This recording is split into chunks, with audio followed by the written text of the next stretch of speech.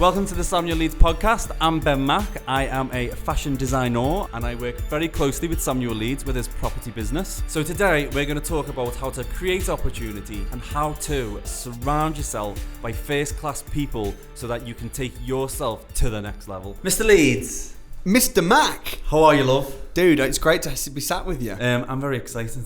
Yes, very excited indeed. One thing I want to say, you've helped me. Ask me why.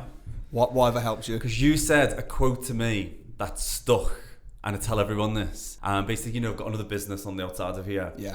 And you were like, Ben, it's not a business if it can't function without you. Yes. And I was like, whoa. I was like, I need to do something about this. So I got more people in to help my other business outside of here. And now that's growing massively. Yes. And now I can commit more time for this. But not only that, but you have also got people involved in what you're doing here. See, a true business person can also function in a business. A good anyone in business will always replace themselves. Yes. Because most people that are working as a member of staff or as an employee or whatever, they're scared to replace themselves because then they've made themselves redundant. But actually, if you replace yourself, then you make yourself promoted. Yes. See, this is big when you said that because it's like, I think I remember saying, no, I'm replaceable. No one can do what I'm doing. You were like, be replaceable. Yes. And I was like, oh. So I was like, okay, I'm going to do it. And then I found some amazing people. Yes. And now what I thought was big at the time is now even bigger. Yes. From getting people to do more of the work. And you're doing crazy things outside of this company. Yes, working with the BBC. Yeah. Just finished with X Factor. Did Britain's Got Talent. Got clothes going to Hollywood. So it's amazing. And when you started working for this company, you were running around, mic running, yes, at our training events. While I was working with the Spice Girls. Whilst working with the Spice Girls, and people said you're crazy. Yeah. Because you should. Why are you running around mic running at these Samuel Leeds events? Entrepreneur.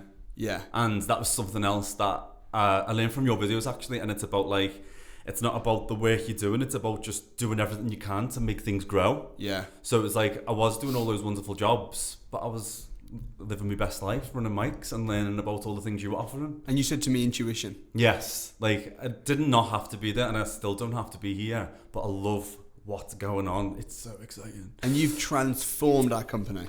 Thank you. That's absolutely nice to hear. And everybody that speaks of you speaks so well of you. All our property investors, our students, they're in love with you, and I'm in love with you. And I think that honestly, dude, you're going to go so far. Thank you. And you already are. You already have. But do you know what's good about that? It's I think with property, the stuff that I've learned from yourself, it's not limited to property. How you have to be brave, be fearful, take action.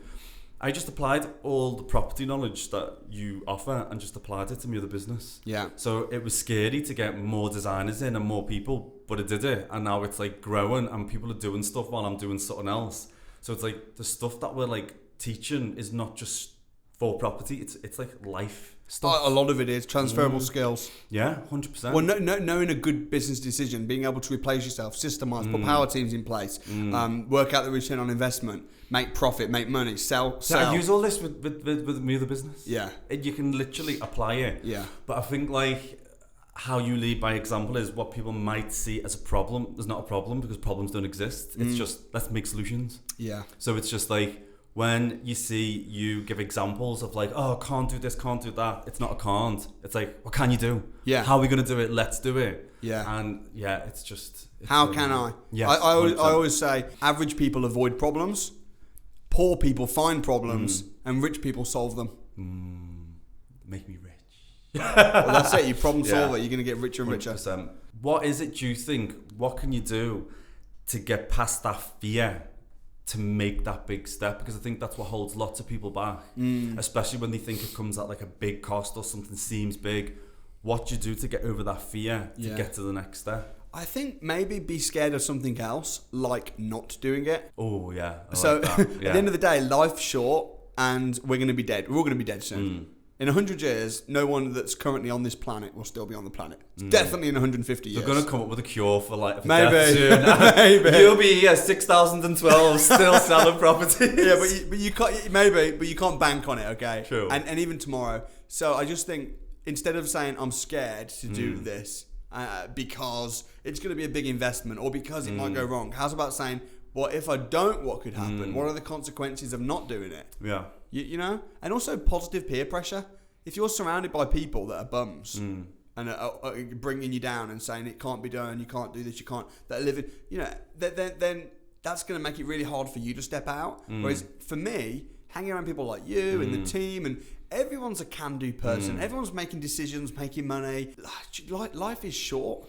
Do you know what I think is important about what you said then about like being around the right people? It's like, so one of like our lovely Samaya, she was off because she had stuff to attend to outside of work.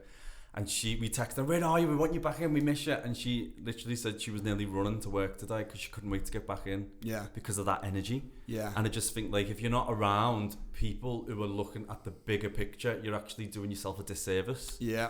So I think you need to be able to identify straight away, is this good people to be around? Are these good people to be around? Yeah. And I think what I like about with what we do and what our mission is like we're always looking at the bigger picture. Yeah. Like, because that's what's most important. And we'll only let people in on the team that have got the right energy. Because 100%. Energy and attitude is better than skill. I mean, if you've got both, then it's really cool. Yeah. But I think as well, like, I think it comes back to that fear thing again. If you've got close bonds with people, but they're actually no good for you, or they're holding you back, or they're small-minded, that takes guts to be like, I don't want this anymore. Like, I've cut off from like friends I've been friends with since like nursery, and I've said, your choices don't match where I want to be, so we're going to have to just leave this here. And I think you need to be brave if you want big things, because it comes at a cost. And it's like you've got to like throw yourself at it, basically. I think so. And also there's some friends who you might not necessarily have to cut off with, but you can just say, I'm going to spend 2 minutes with this person, not 2 hours. Yes. I've said that to my mum because she never stops talking. I'm just like, but it's like, I think you got to be strict. And I think like when I first started doing some of the trainings with yourself, I was like, this is like what I do in my bedroom. Like get up, dance, have a boss morning, keep positive, and like fly through the day with that. And it's like some of the projects that I do, it's like I don't share them like with my dad as much as I love him, but sometimes he can worry. So it's like I don't want that lovely little project being dampened by other people's less of a vision to be able to do it. Let them see your results rather than. And also, I don't think everyone has a bad intention. Like with your dad, for instance, is he trying to protect you, or he's just like, oh, have you got enough money? Oh, but what happens if this, that? And I'm like, it's generational. I think it's definitely generational. See, how old are you? I'm 31. 31, so still kind of young. Kinda. Very young. Very, very young. But from our audience, see on YouTube, the average listener, I mean it varies. We have 70-year-olds and we have young kids, but the average listener is around about 25 to 32. That's amazing. So you're kind of the higher end of the spectrum of the average viewer. What he's talking about.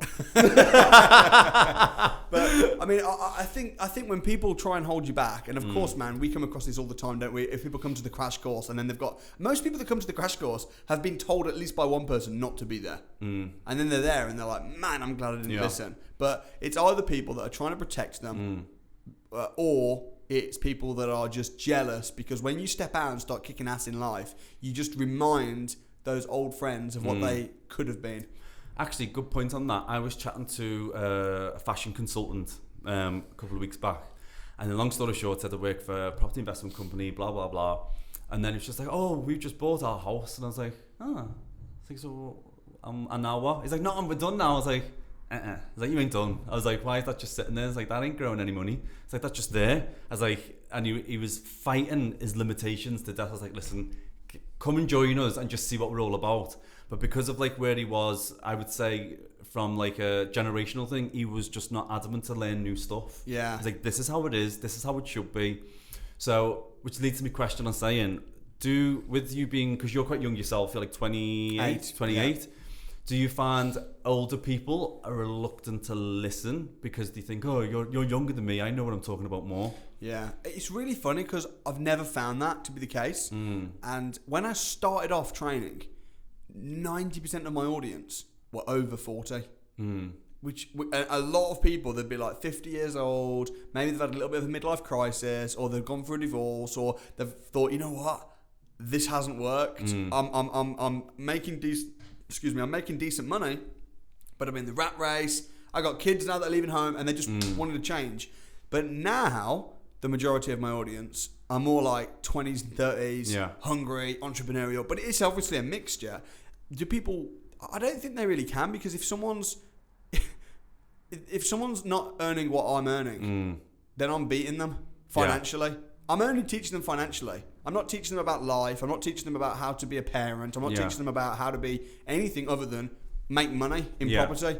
And I've done that very successfully. So I think if someone was to come to the crash course and say, oh, well, what do you know? I'm older. Well, who cares? Like, if I wanted to learn how to speak French, I don't care if the person's younger or older. I care about how good they are at speaking French and how good they can teach that. Yeah. So I don't really find people concerned about me being young. I think people are more concerned about, am I doing property successfully? Which is obvious, yes. And 2, am I a good trainer? And are people getting results off of my training programs? The answer is yes. So I've not really found that. And it's really beautiful to see people come in that are already property millionaires, because we get that as well. We get people, you've probably seen it, people come to the crash course, they're already property millionaires, but they're just coming because they know they want a new way of doing it. Yeah, they want a new way, and they just think, if I just learn one thing, just a little tweak, and I'm going to make my money's worth. And I really respect and admire those people as well, because it's easy to get comfortable where you think, I'm already a millionaire, or I'm already financially free. But even me today, I'm still going on training programs all of the time. I'm reading books.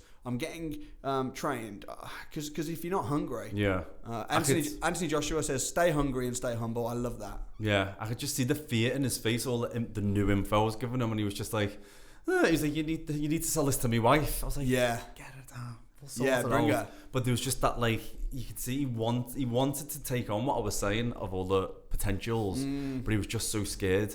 And I just think it's that fear thing again. I think it's because we've been taught a load of crap. Because the thing is, growing up, everyone, the government, the education system, the media, everyone teaches us to be poor. We are brainwashed and programmed to be slaves to the state. That's how it's all. Even the banks, it's all about work hard, save up money, get good qualifications. Generational again, isn't it? That's generational. But the thing is, what people don't realise is the reason we've been programmed to live like this. Don't ever go into debt. You know, in fact, the only debt that's encouraged is usually bad debt anyway. Because you go to a bank, they'll give you a loan for a wedding, but they won't give you a loan for a house. Yeah. So it's like we're being brainwashed. So a wedding brings no return, and they'll give you that. But then when it's a house, they're like, oh no, we can't. Yeah. So we've been brainwashed and trained to be poor. So then, because that's going in our mind from the media, education system, the government, the banks, the elite, all of our lives, as soon as someone starts speaking a bit differently, people have been trained to say that's risky. If it sounds too good to be true, it probably is. That's the most ridiculous statement I've ever heard. Because if you think if it sounds too good to be true, it probably is, then nothing good is ever going to come your life. You'll just sabotage it because it sounds too good. What a ridiculously self-sabotaging belief system to have. Yeah, and I think as well, you need to, like, brave again. Like, don't be scared to venture out if people around you aren't doing what you're doing. So, like, an example of that with my other businesses, I'm actually working with Virgin now. Virgin, right? One of the most amazing companies. Yeah, so Richard Branson's got a new night called Scarlet Night. And basically, when all my friends had finished doing all their projects and finished graduating and stuff, I was the only person who kept on designing and developing and getting new sort of collections on the way. So I could have been like all my friends and just thought, I'm glad that year's over, let's relax. But I was like, no, I want to keep going. So I kept going, and I made this design, then whacked it up online. And then this was one of the outfits that was on the BBC. And then the only reason why that outfit was on the BBC is because I pushed past all my friends and made something new that got noticed, that went on television, and then Virgin got in touch from seeing that on the TV. Wow. So if I would have stopped with all my friends and went partying, I wouldn't have created that design. It wouldn't have been on the telly, and then it wouldn't have got Virgin's attention. Yeah. So I'm basically designing 6 looks for their cruise ship that's going around the world. Oh, mate, that is, you're a dark horse. I thought Sarah set me up with this, because when she went to Miami, I get an email and it was like Virgin Miami Voyages. I was like, Sarah. She may as well take credit. She's got me back. And then I spoke to her and she was like, I haven't got a clue what you're talking about. And I was like, oh. And then when I investigated a bit more, they went, oh no, it was from the BBC. That's amazing. But I know that come from not being scared to break out of what everyone else around me's doing. Yeah. Because all friends and all that were like, oh, let's just have a break. And I was like, no. I was like, I want to keep going. I want to do something new. If you keep having a break, then you'll always be broke. Yeah. Oh, yeah. Yeah. And people say to me, Samuel, how can you miss How can you miss your daughter's birthday party? Or how can you not go to this school play? Or how can you not go to your friend's birthday party or whatever it might be? Because that I've chosen to be an entrepreneur. To create your own world. And I'm still like that now. I mean, listen, man, I have the choice now. If I wanted to, I'm going to Phuket, Thailand in a couple of days. I'm spending 10 days, just me and my wife. I can do that, fine. But please don't moan that you're broke if you go into all these stupid parties and you're going out to the clubs. You're not learning anymore. And then you're getting drunk and you're waking up at 12 the next day. They live for the weekends. Such a bum. Yeah. Don't be a friggin' bum and then complain to me that you're broke. You know, and people so often will say to me, you know, oh, I'm struggling for money, wearing like a Louis Vuitton handbag, which is worth £1,000. Listen, man, get your priorities right. You should be only buying luxury stuff with either, if it's tax deductible and your business can pay for it, fine. Or if it's coming out of income that your assets are making, don't be buying stuff like fancy holidays unless it's tax deductible or it's coming out of the passive income from your business. Otherwise, it's just dumb. See, and I think all this knowledge, like for me, I learned all these things through learning about like property and houses and stuff like that. Because it's back to that point you were saying before. It's like the skills that you can learn through property, you can transfer them onto many different avenues. So it's like, you were so scared when I wanted to get you in the office full time. Oh, I remember this. And then I was fuming that you got told exactly what I said, and then you just come up to me and was like, "So you don't want to work in an office? What's your beef?" And I was like, I'm just not used to working in an office. And you went, "Don't make it an office job then." Yeah. And I was like,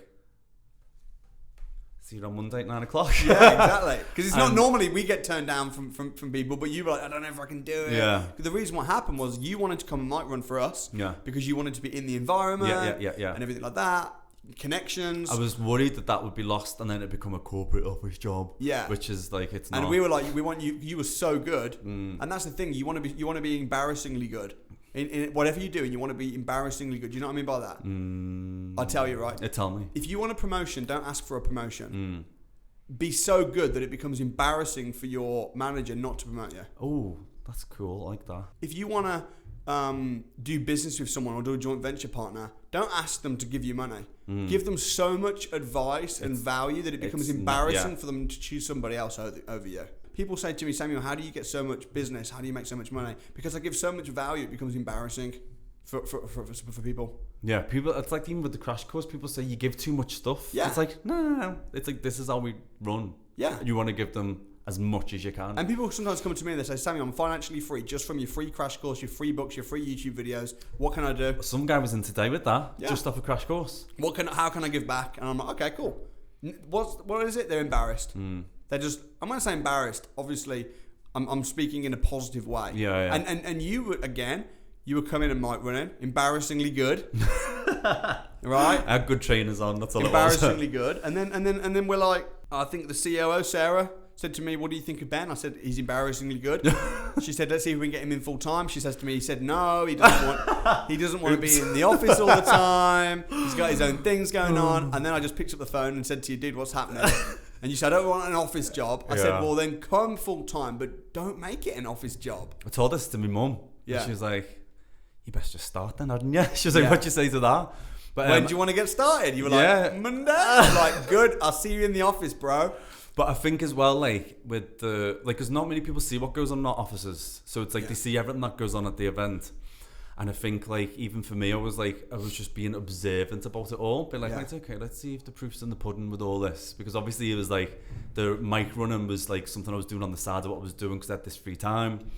And I think, like, and lots of people say it as well, it's like people want to come in and the culture is not like officey, it's like mission based. Yeah. And I think that's why I like it. It's not like I don't have to do anything. It's like I want to do it. Yeah. And it's funny because in the same way that you are creating and building a business, and you were doing your investments and all the stuff that you're doing with all these celebrities, and you don't have to work in the company, but you want to.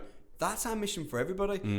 Richard Branson says, train your staff so well that they can leave, but treat them so well that they don't want to. Yeah. And I think that's just so important. And you know what I love about this as well? Like, I get lots of our property clients who actually message me saying, oh, I saw this on the TV, saw that. So I know that all the people that I look after know that that's true. Yeah. It's not just because I am here and I'm saying it. They see everything that goes on with all my TV work. Yeah. And they genuinely know that is rocketing and I'm here because I actually want to be. And I love what we do and I love the clients that we've got. So I'm glad that everyone knows that that's the case with that. Yeah. And I'm not coming from a biased place. It's like I don't need to be here. I just fell down slightly. The angels are with us. I was knocked my chair. But no, so that's what also like. It's like the people look after. They know the script. Yeah, which is cool. So what's your strongest reason then? What's your strongest reason why? For which working here or just in general? Everything you do. Everything I do. What do you get out of bed for in the morning? Bed out. So for my other business, obviously not including the 9 o'clock morning dance. Okay, I know that's the true reason because we have a dance every morning, right? Yeah, it is. Well, sometimes it's aerobics. Yes. Let's not limit it. Yeah. Sometimes it's the massages. So you crash course people don't think you're special. We all get these massages. Yeah. So it's that one, or we have the dance like crazy. We were all dancing on the tables and the chairs. So Samuel, how do you start your day? Do you start with a meditation or a No. I start with a boogie, man. We have the other people in the offices like saying, why do you always celebrate? I'm like, because there's always stuff to celebrate about. We did a deal. We helped someone become financially free. Yeah. We just enjoy life. Yeah. So sorry, my why. Yeah. So with my other business, it's mainly focused at women. Yeah. So it's to make women feel visible. Nice. Because I know that lots of women, they think, and society puts a pressure at a certain age that they're not visible anymore. And this is very in particular for mums or people over the age of 20 or people over the age of 30. They think that it's all about youth culture. Yeah. So like that mission is about making women feel visible, which I feel very strongly about. Yeah, it's good. And then like my work mission is it's never about work, it's about what you love to do. So it's like I love always trying to make something better. Yeah. So it's like it's not very limited to what I direct myself at. If you ask me to brush your floor, I will put a Christmas hat on, bells and bows and loud music, and I'll brush your floor. Yeah. So it's always about how can you make something better. So it's not mission specific, it's like life specific. Yeah. Any opportunity, how can that go one step above? Like that would be my mission. Oh man, I love that. And you know what, dude? You bring so much joy, not only to me personally, but to the company. Thank you, man. So I love working with you. I love it too. Yes, love it.